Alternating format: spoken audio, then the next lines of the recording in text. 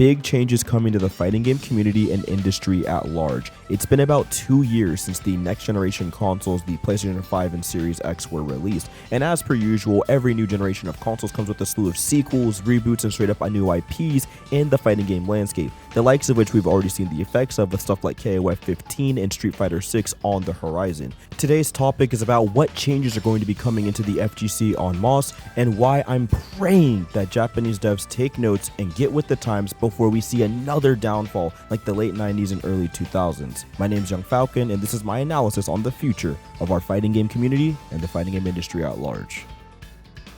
Now, before anyone gets anything twisted, last generation of consoles was a huge big step for the future of the fighting game community. Let's go over some of the positives, starting with the fall of Capcom bias. Back during the 360 PS3 era, it was basically against the law to enjoy other fighting games that weren't titles like Street Fighter and Marvel vs. Capcom 3.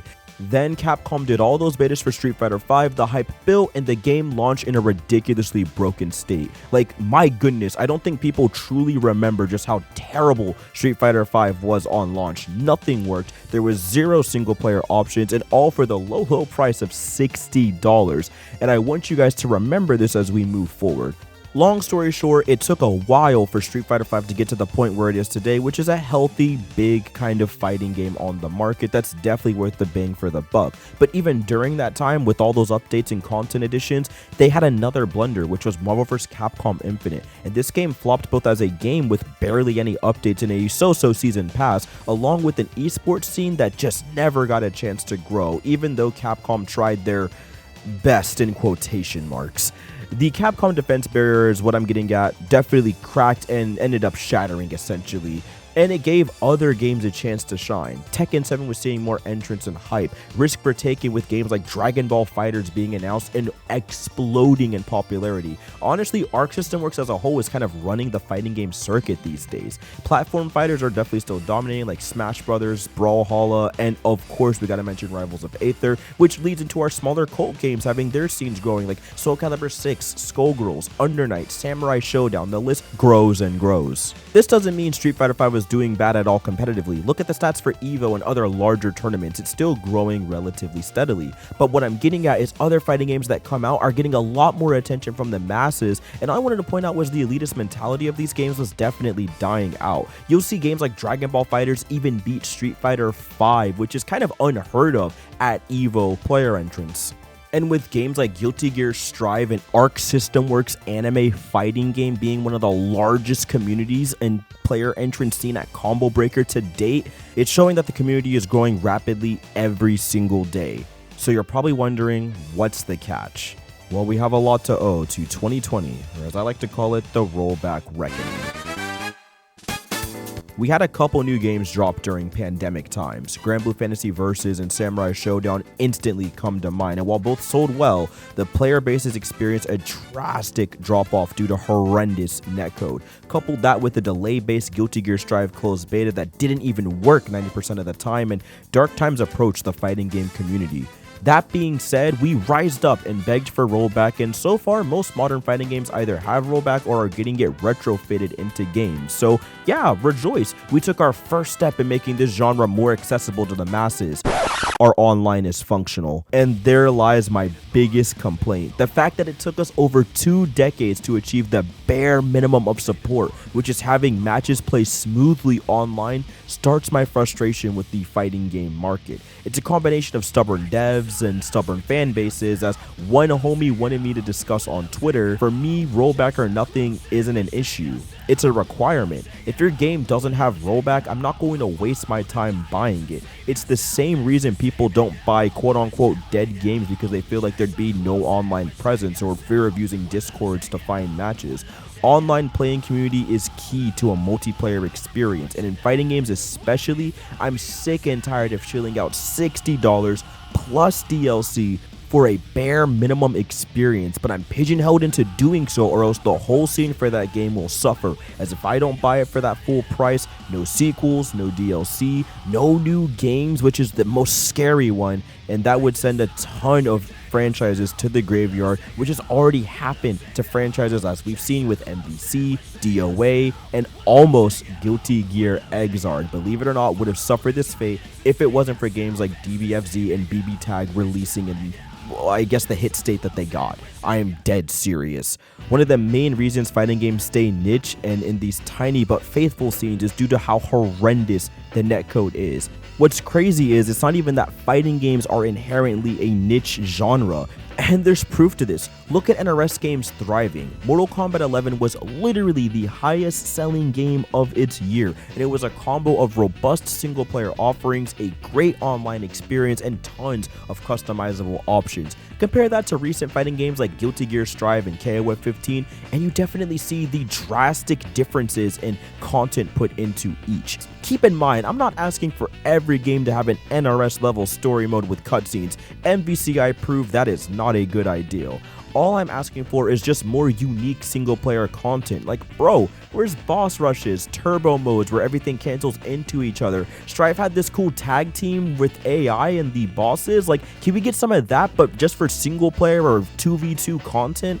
Why not do Strive dramatic battles, Street Fighter Alpha style? There is so much that could be squeezed from the bones of what a game has without having to spend a lot and go all out.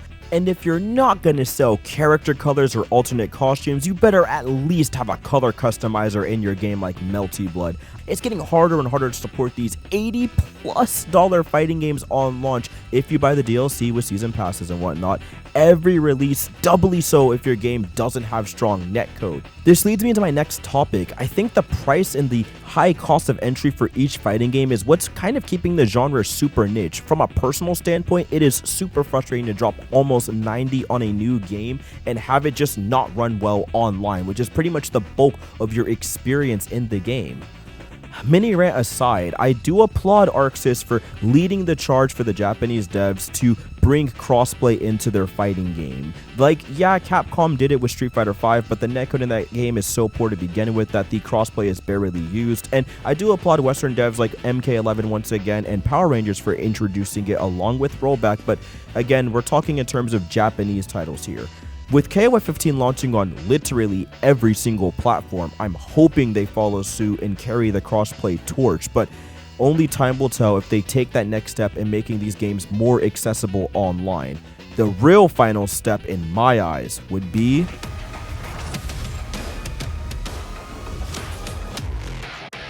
Now, I just want this on the record, this script was written way before the free-to-play arguments choked the FGC, right? But it does raise an interesting question that I want you guys to tackle, mainly us talking with developers. Let's look at some failed free-to-play fighting games and why they failed and how we could take these models and make them work. So Namco Bandai, you're up first. Tekken Revolution, Tekken Mobile, and who could forget Soul Calibur Lost Swords. These were all free-to-play attempts that had such great features like enhancing your character's defense, vigor, or attack stats and buff your main to ridiculous levels and make overall fights super unbalanced. Then they decided to sprinkle in a little bit of coin types with arcade premium and battle coins that you have to pay real-life money for to access any of the modes in the game. It's not a free-to-play game, it's a pay-to-play game. And at that time, it was also a scaled-back version of Tekken Tag 2, which people were already weaning on Tag 2 at this point. And despite the new addition of Eliza being added, it wasn't really offering much to the table. The game was also relatively closed down fast, like it was gone quickly, and you can't play it. There's no way to play Tekken Revolution in 2022. Keep that in mind as we also talk about Soul Calibur Lost Swords. Now, information on this game is surprisingly sparse because servers shut down like a year after it was released, but it also primarily focused on single player content where you customize your own character, play through the Soul Calibur quest mode with a couple of online fights if you feel like it, and it was more of a gimmicky elemental equipment, like weird fighting game hybrid story mode thing. It just didn't I didn't really know what they were going for here. It also clearly didn't work out as an ideal free-to-play fighting game because it had trash online, a less competitive experience, and just this weird hodgepodge of a single-player experience no one really wanted because, once again, Soul Calibur 5 wasn't a game people enjoyed. So Namco has completely flopped on our free-to-play fighting game test. Or did they? So let's pass the ball over to another Japanese company who's dabbled with free-to-play. Step right up, Team Ninja. It's your turn on the chopping block. Granted, Dead or Alive 5 and 6, along with Dissidia Final Fantasy NT, yes, we have to talk about this train wreck, all sold as full retail games on launch and later in their lifespan became free-to-play titles. So those that were interested in DOA or Dissidia, chances are you probably bought the game day one, or you're like me and got them used at GameStop years or months down the line. As for the rest, the free-to-play model for DOA 5 last round is shockingly not that bad. The game lets you choose between 4 characters for the free version. To get a feel of the game, you have access to arcade mode, training mode, and whatnot, and if there's anyone that looks cool enough, you can go buy them in the main game, which costs you around 40 bucks if you want the story mode. Honestly, the DOA 5 LR package is a darn good deal. The model is what got me to buy and learn and enjoy DOA 5 for the first time. Now, they still make a chunk of change, and that's with all the bikini skins and crossover collab outfits that they sell, which are around $1.99 per character, and a lot more if it's a crossover bundle. And in that case, you're probably wondering if you just want to unlock, say, a character like Hitomi, and that'll run you around $3.99. So there are definitely a ton of options there. DOA 6 and Dissidia should follow suit, right? Well, sadly, not that much. Dissidia comes kind of close. It offers 2 SKUs, one that's $30 and gives you the full game with all 28 characters, and the other one that's $45, which gives you the rest of the cast, aka the season pass, and some random cosmetics. But if you only want to purchase 1 or 2 characters, that's going to end up costing you $6 per character.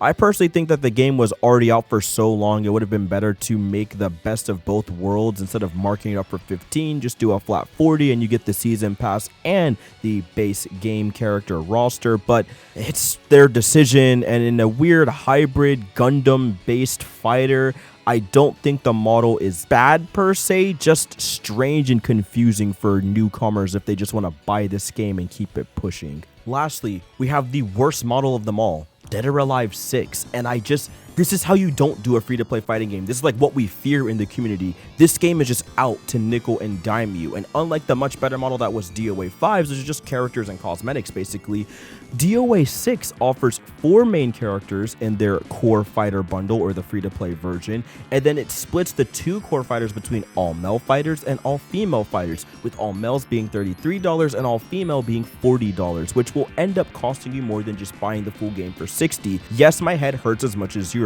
Or, hear me out for this, you could get all 20 fighters for $50, but don't get access to the single player stuff like story mode and whatnot. And don't get me started with the extra DLC characters, with Mai and Kula clocking in around a nice $8, or if you want their costume sets, those being $15 or $30 in total for both. The model is so absurd considering you could just buy the full game for $60, and Koei Tecmo doesn't even sell the DLC like on discount ever. They just discount the full game usually for like 15 bucks on sale. So I don't understand why there's even a free-to-play aspect of this game, because it's always on sale. Literally never once have I been on the PS Store and not seen this game on sale. So they should just mark the game down for 15 and start shoveling DLC in it, and maybe, just maybe, Koei Tecmo, you would get some money in DOA 6 just like you did with DOA 5. It is absolutely absurd, the model they chose for this game, considering how well handled and genuinely great DOA 5's is. But as the games went on with Dissidia and DOA 6, they just kept trying to nickel and dime more and more. This right here, fellas, is what we're trying to avoid when it comes to making a free-to-play modern-day fighting game. This is teetering on the edge of insanity with Tekken Revolution and Soul Calibur Lost Swords.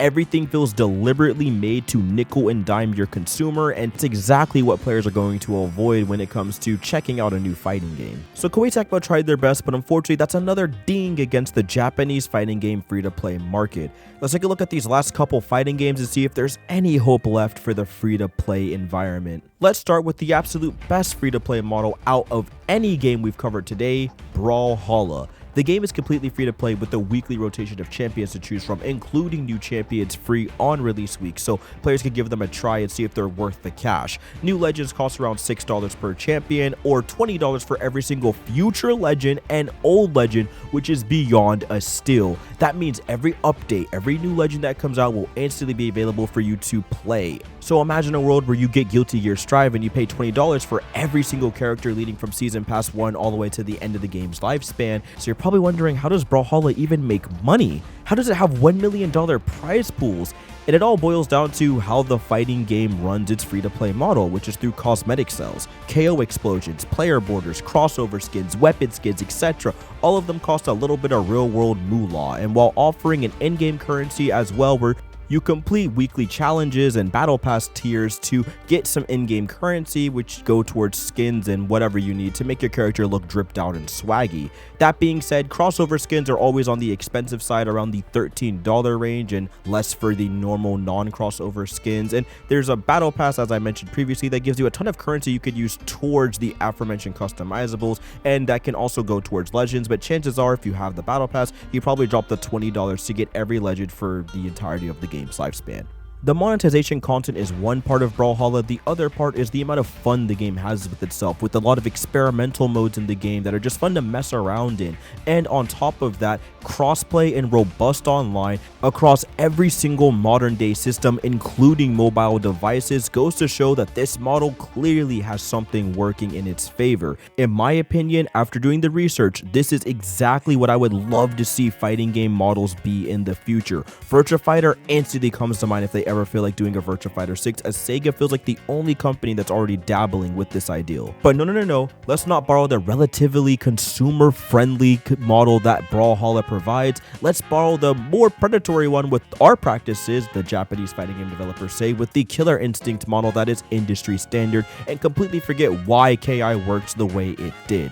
So we won't go too into detail with this one, as it's pretty standard, and like I mentioned previously, everyone is using it. KI gave you one free character, your boy Jago, and rotates 1 or 2 free characters to try if you don't own any of the season passes. That being said, you can access everything, online, training mode, arcade, etc. And if you want a single character, it's going to cost you around $5, where a season pass was $20 in total per season. And if you wanted the Ultra Edition that gave you early access to characters, as well as the OG Killer Instinct arcade game, that'd bump it up to $40 in total, along with retro costumes and accessories to use, and that's how the game was monetized. If you waited until the end of the game's life, you had the Definitive Edition, which was going to run you a cool $40 and gave you literally everything in the game, including an OST and behind the scenes stuff. And lastly, we have Xbox Game Pass, where you just pay the fee and you get access to every single Killer Instinct game, because Game Pass is broken.